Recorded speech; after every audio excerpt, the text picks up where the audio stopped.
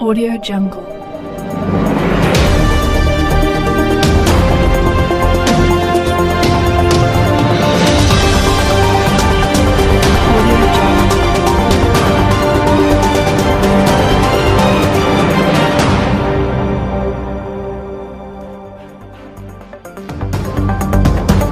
Audio Jungle.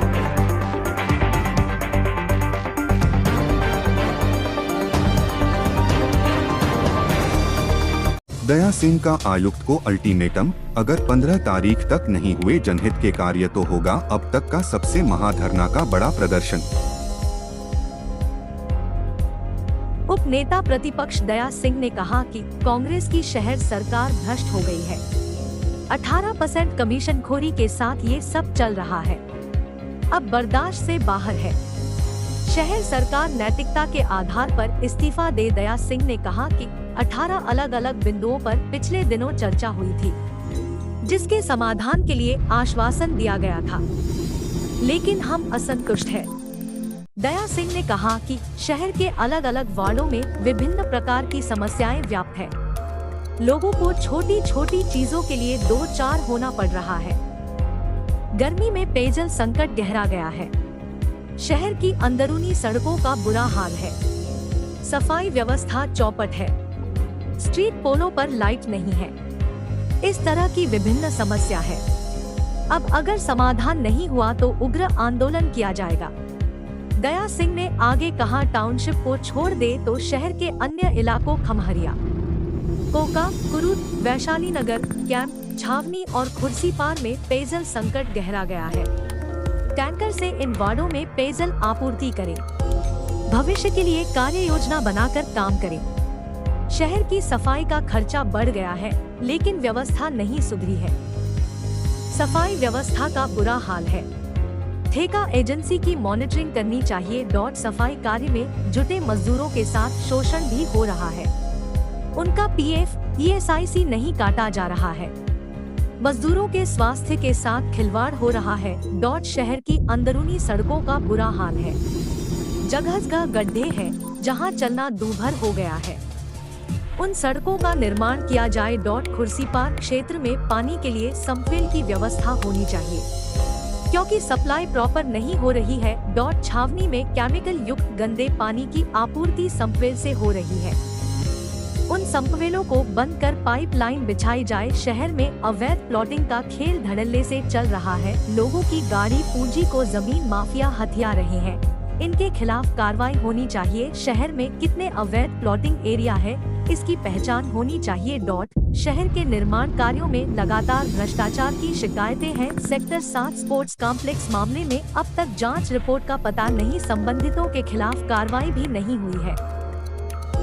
दिया है ज्ञापन उनको, और मुख्य इसमें पानी है, सड़क है, नाली है, और जिस तरह के लोगों की अवैध प्लाटिंग, अवैध कब्जा हो रहा है, और जिस तरह की समस्याएं दिख रही, जो 18 बिंदु पे 18% कमीशन का खेल चल रहा है, उसको रख के दिया। और हमने पूर्व में दिया था, और उसके बाद हमने अल्टीमेटर के साथ में धरना दिया था, और धरने के साथ उन्होंने आश्वस्त किया था कि हाँ, हम समय रहते कर देंगे, लेकिन समय रहते नहीं हुआ, और आम जनता पब्लिक आज जूझ रही है समस्याओं से।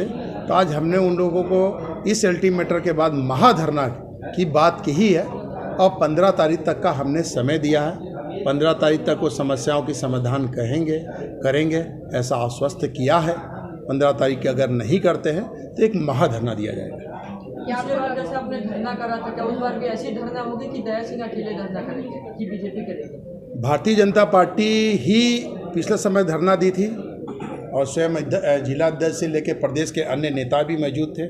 और यहाँ इस बार आप देखेंगे कि नेताओं तो रहेंगे, लेकिन आम जनता पब्लिक आपको दिखेगी, जो समस्या से जूझ रही हैं, जो भ्रष्टाचार जिनके साथ में हुआ, जिन तरीके तकलीफ़ें मिली है। अब किसी के यहाँ पानी, तो देखिए पानी है, लाइट है, सड़क है, नाली है, बहुत सारी। तो आम जनता पब्लिक भी इसमें हजारों की तादाद में भागीदारी लेगी।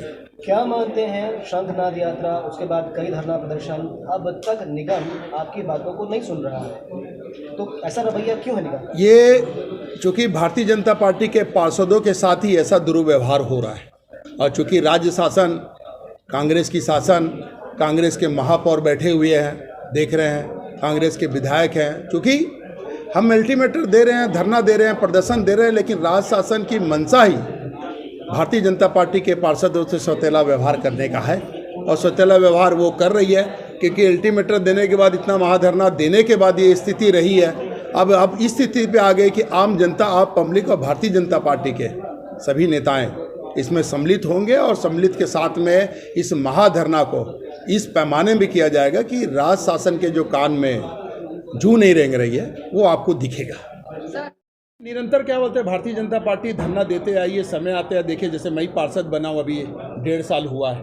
1.5 साल के पहले मैंने नगर निगम डेंगू को लेकर घेराव किया था, आप देखे होंगे, और बड़ा प्रदर्शन मैंने किया था, उसमें रहा। तो मैं निरंतर प्रदर्शन करते था, निरंतर घेराव करता। आम जनता पब्लिक से जो बात चुन के आती है और लोगों की जो समस्या आती है, उन समस्याओं को हमारी टीम पूरा चिन्हित करती है। एक एक बिंदुओं पे चिन्हित करने के बाद हम आवेदन देते हैं, और आवेदन के साथ कार्रवाई नहीं होने पे महाधरना तो निरंतर हर साल, कोई साल नहीं बचा होगा जहां मैंने नगर निगम को घेरा ना हो या स्टेट ऑफिस को घेरा ना हो, या समय समय पे मैं अगर इस बात को, लोगों की जो है जन समस्या और लोगों की जो भावनाएं, लोगों की जो बातें हैं, मैं रखने का प्रयास करता हूँ, उसको बड़ी दमदारी से हम रखते हैं। सरकार का चलैया का बेला है, सरकार जाने वाली है, बस समय का इंतजार करिए, क्योंकि हम अपने रुख के साथ, आम पब्लिक ने भी मन बना लिया है कि सरकार को बदलनी है और बदल कर चलनी है, और निश्चित तौर पर आम जनताओं का जो गुस्सा है वो फूटेगा और सरकार की परिवर्तन भी होगी।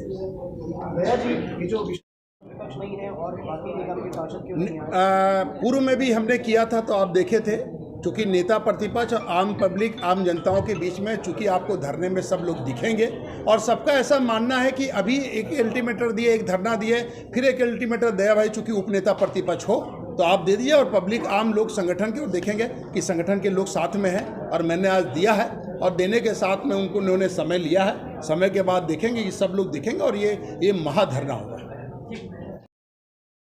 Audio Jungle.